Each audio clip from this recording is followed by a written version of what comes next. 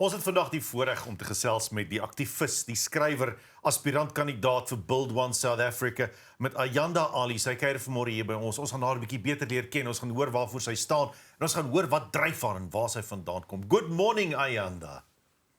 Goeiemôre, hoe gaan dit? Lovely. That's all Afrikaans people need. It's just one line. As far as my Afrikaans goes. That's lovely. Thanks so much for having me, Pierre. Thank you, Francois. It's a pleasure to be with you today. It's lovely having you. Ayanda, before we get to who you are now and what everybody saw on the e-news segment, because we want to talk about that especially, let's find out about Ayanda. Grew up in Dobsonville. Tell us about growing up. Tell us about where did your passion for, I'm not going to say the public eye, but your passion for being out there and putting yourself out there start? Where did you realize I have to be in the public eye to make a difference?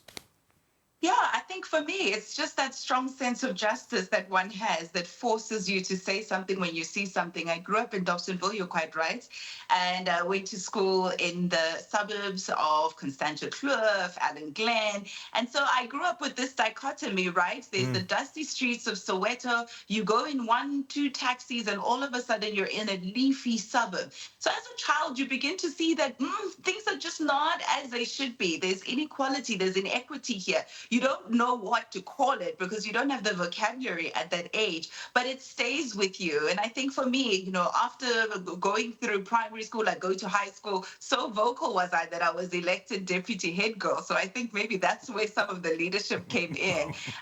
Went to varsity, studied journalism because I feel that media and communication as the fourth estate has a role to play to really sound the alarm and saying, let's fix this country. So after being a journalist for a couple of years, I went to community level and started an organization called Bukubami Youth Center in Soweto.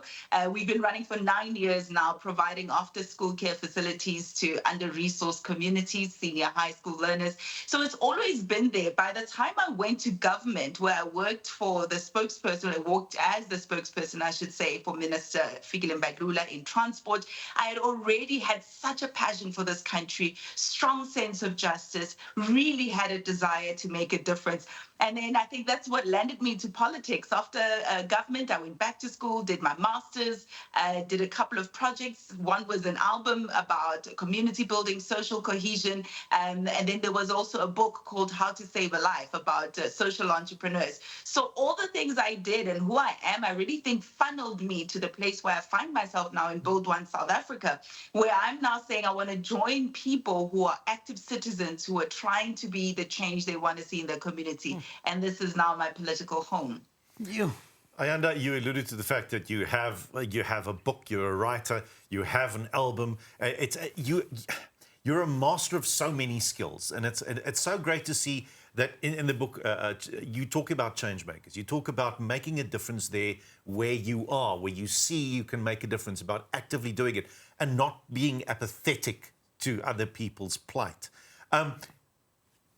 Being part of a bossa now, making it's most people would say it's more of a movement than a party. It's about being on grassroots level, being in communities and making a difference, as you've been doing with your early learning center that you're supporting for quite some time now.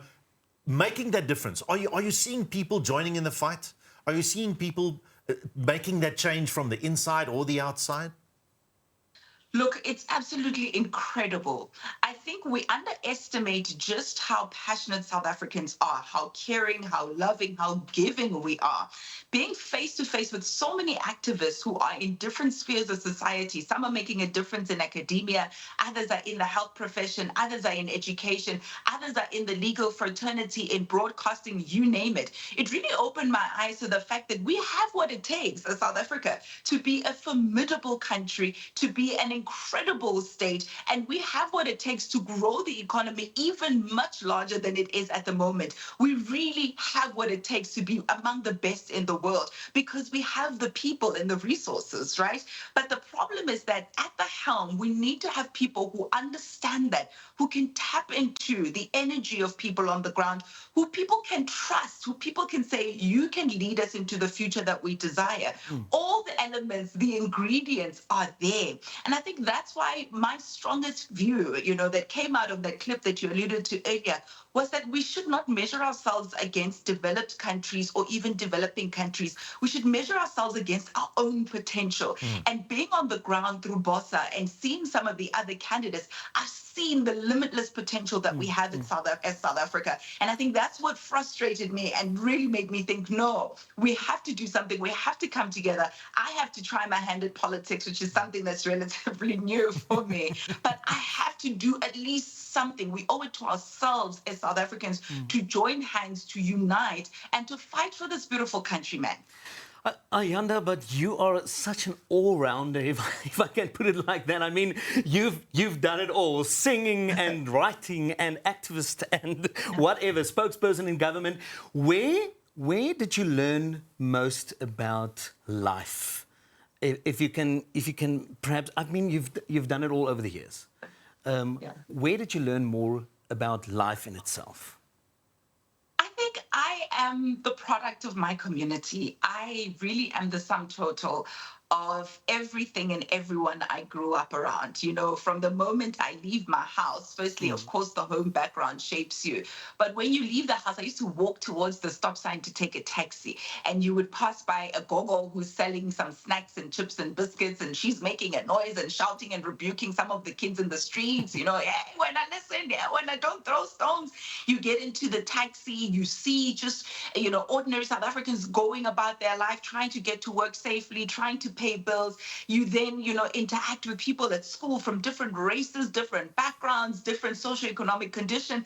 All of that really shapes you. As a journalist, you crisscross the length and breadth of this South Africa. I mean, I went to a place called Kakamas in the Northern Cape. Never have I ever in my life, growing up in Dobsonville, even thought there was a place like that. Beautiful people. They really impact who you are. Leaders in the upper echelons of society, clergy, pastors.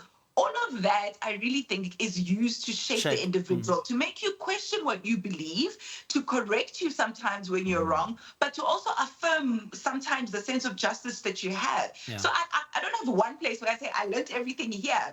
I think everything that I have experienced in life contributed to even that address or the response to the State of the Nation address. Ayanda, it's so beautiful to hear, and it just reminds us once again that we all have different points of reference. Exactly. We are all so diverse, and being able, like you say, to be open to other people's opinions and other people's, whether it's like yours or not, but you have your value system. Speaking about value system, what role does faith play in your life, for instance? Tell us more about that. My faith is everything. I'm a born-again believer. I'm a Christian. I'm a child of God. And I think the ethos of that is love. You cannot call yourself a believer and not love. And the true test or true definition of love is being able to love those who you deem are unworthy of your love. Because it's easy for you to love somebody who thinks like you, who feels like you, who looks like you. But if you're able to extend love to people who perhaps have a different point of view, who see the world differently, that I think is the true test. And a lot of people who say faith and religion and politics should not merge, I think are coming from a reference where faith has been used to oppress people, where faith has been used to divide people, and where faith has been used against people in violent ways. And I think it's time for us to look at it differently and say, even Christ, when he walked the earth, would present something to someone and say, follow me. But that person had a decision whether or not they wanted to follow. And if they chose not to follow, he would not hold it against them. And in fact, even on the cross, when he died, he didn't say, I'm just going to die for those who believe and see and feel and think like me. I'm going to die for everybody. So I'm preaching a little bit here, but I feel that, South Africans need to know that when BOSA is in charge, if I ever get any elected position, it will not be one where you force people to see the things that you see or believe what you believe, but it will be one of kindness, of ethics. It will be one of good morals. It will be one that opens up for for anybody to feel, think, and believe what they will, and hopefully use all the common threads that tie us together to build a South Africa that works. Because I'm of the view that whether you're Muslim, whether you're a Jew, whether you're a Christian, whatever you believe, African tradition, all of us want a South Africa that works. That's the common thread that ties us together. Sure. Ayanda, just to sum up, we've got like a minute left. What do you say to the naysayers who say we'll never be the rainbow nation again? I mean, my first election was in our first democratic election. And I thought, I love the rainbow nation. I'm going to be part of it. And the country has almost lost that passion for that Madiba era. What do you say to the people who tell you that that'll never happen again?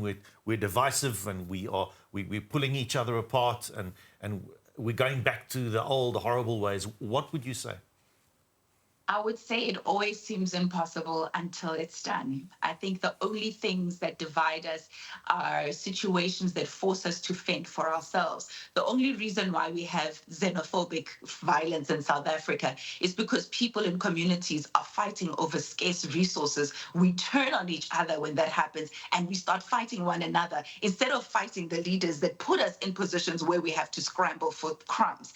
And in the black-white scenario, same thing. We only fight among each other because we start to see each other as a threat. This one is corrupt. This one is trying to take what is mine. This one I don't trust. This one I don't believe. If we get a leadership that is able to bring social cohesion in an equitable and just manner, people that we can trust, we can have those ideals of the Rainbow Nation back. We've proven that we've done it before. We can do it again. So I think it's all in the leadership. You remember under Madiba when they said he should not, be on the rugby field wearing the Springbok regalia because it's a symbol of 1, 2, and 3. He broke those stereotypes. And I believe we can break those stereotypes and we can work together. We see it among our children who are mingling freely among each other. It is possible with the right leadership at the helm that unites as opposed to dividing. And something that we can all believe in as a country, we can have that Rainbow Nation come to pass in truth and in reality.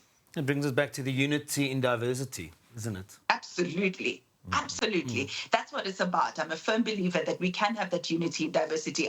When we have more time next time, we'll bring you up to speed with my family and the different dynamics that we have, how we believe differently, how we even have different skin color, different racial backgrounds, and we're all part of my family. And this is literally my bloodline. When we have time next time, when you invite me, we'll have that discussion.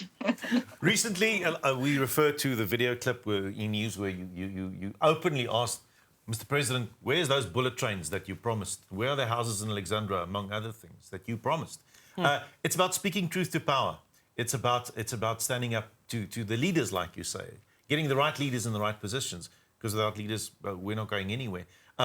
What is Bossa's plan in this election? What are you aiming for? I think key among what we're trying to do is put a job in every home. We still have homes in South Africa where not a single adult is working, where they're depending on social grants, where the tension and the frustration then flares, the breakdown in the family dynamic as a result, and people who are not living in dignified spaces with meaningful and gainful employment. If we can make sure that we grow the economy and everybody has got an opportunity to find work, I think that's half the battle won. How are we going to do this? We're going to make sure that we reform education to build a young person who is able to not only find employment and be employable, but also able to create employment. And I think that's so important in our syllabus, to be able to say, how do we create the South Africans that are going to be economic contributors in the future? We're going to do this by also ensuring safety and security. How are you going to grow the economy when people are having to spend extra resources trying to secure their premises, trying to make sure that their security guards and the rest? People don't want to invest in an environment where they feel that their assets are under threat. We make sure that infrastructure is up to standard. Load shedding is a huge problem when it comes to growing the economy, but also things like roads and water and other infrastructure that need to be in place for us to have a thriving economy. We also want to stimulate the township economy. We feel that there's a lot of untapped potential in some of these areas that we need to look into, whether it's rural areas and township areas. So we need to make sure that we put a job in every home to give people a sense of dignity, to give people a sense of unity. You know, when you are clothed and you have food and you have shelter, it's easier to look at the next person as a friend as opposed to a foe. Absolutely. Ayanda, thank you so much for joining us this morning. It's been lovely chatting to you. Best of luck. And we are following you and we're looking at what you're doing as an activist because it's inspirational. And thank you for sharing a little bit of that inspiration with us this morning. Thank you for your support. I really appreciate it. Tot ziens. Okay, bye. Oh, wow. Dit's Ayanda Allie. Wat 'n lekker gesprek. Sy's natuurlik 'n aktivis. Sy's 'n skrywer, musikant, aspirant, kandidaat vir Build One Suid-Afrika, 'n aanbieder, 'n lekker bol, lekker goeie saam op een slag. En sy's 'n mamma, né? En sy's 'n mamma. Ja. En sy's 'n mamma. Punte. Nou ja. Sure.